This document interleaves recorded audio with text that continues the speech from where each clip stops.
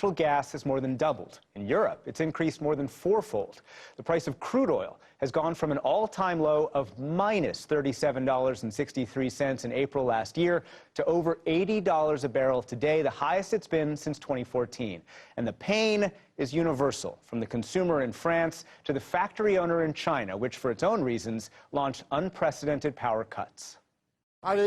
If you go to the poorer areas where there is suffering, no one puts on the heating because everyone knows they won't be able to pay for it. The power curbs lasted for 4 days.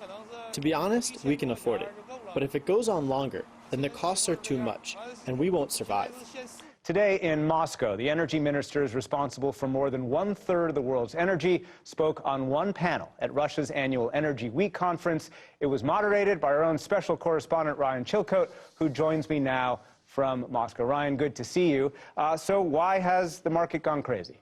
Thanks, Nick. Well, the reason the market has gone crazy is really off-the-chart demand, particularly in Asia, particularly when it comes to natural gas. The lockdowns are over, industry is running, and they need that natural gas like there's no tomorrow. So when they can get their hands on it, they do, and when they can't get their hands on it, they'll buy other forms of energy, like coal, for example, which has also risen by some threefold, and oil, which is another reason why oil is up.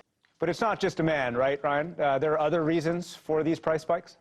Absolutely. I mean, weather is one. So we had a very cold winter last year, and people are anticipating another cold winter, so you get hoarding.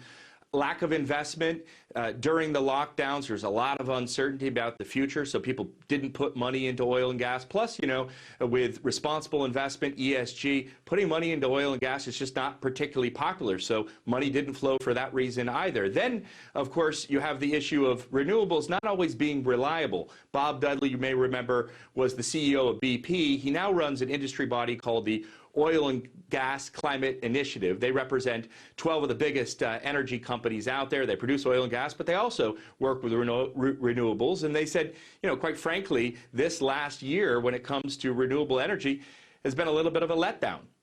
These are not to blame on anyone. These circumstances came up very quickly. The wind didn't blow like it was supposed to, or people thought, in Europe this year, in the UK. Which is a clue about why we need resilient fuels and backups in natural gas as well. I think you're seeing, because of these high prices, actually switches to coal now around the world. Not good for the environment. So everything is just kind of out of whack right now in energy markets. The U.S. has called on OPEC+, which includes, of course, Saudi Arabia and Russia, to increase production as a way to reduce prices.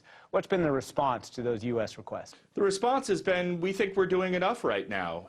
Within OPEC+, which is a large group that, as you pointed out, crucially includes Russia, but also Saudi Arabia, really the first amongst equals in OPEC+.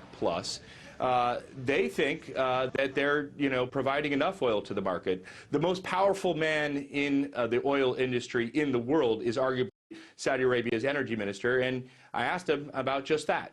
We want to do it in a gradual, phased-in approach, and we believe we will have a challenging year on 22 if we don't attend to the situation. Why not make, for example, the Biden administration's day and give them more oil? But it's not about making anybody's day. It's about finding a solution, a remedy to the root cause of the issues. Off camera, though, a lot of OPEC countries and their ministers tell me they do think that OPEC Plus should be providing more oil to the market. They're concerned that prices are this high. They worry about things like demand destruction. In other words, when prices get really high, people stop buying their fuel. And that has economic consequences. It weighs on economic growth, and so that's not good for them. They're also concerned that, you know, just a couple of weeks away from COP26, it's just not a good look to have oil as expensive and other forms of energy as expensive as it is, because they're arguing going into COP26 that oil and gas are going to be necessary transition fuels as the world goes to greener energy. So let's examine that a little bit more. As you say, COP26, the world's largest and most important climate conference, coming up in Glasgow in a few weeks. What did the oil ministers say today specifically about what today's energy crunch says about the future transition to green? They say that this energy crunch that we're seeing right now is really a lesson that as we go forward in this transition, you're still going to need oil and gas. Have a listen. Ryan, if you think about it, the data is amazing. Most people don't realize that, including many of the representatives at COP. 1999, 81% of the world's energy was oil, gas, and coal. 2019, 81% of the world's oil and gas and coal produce the energy.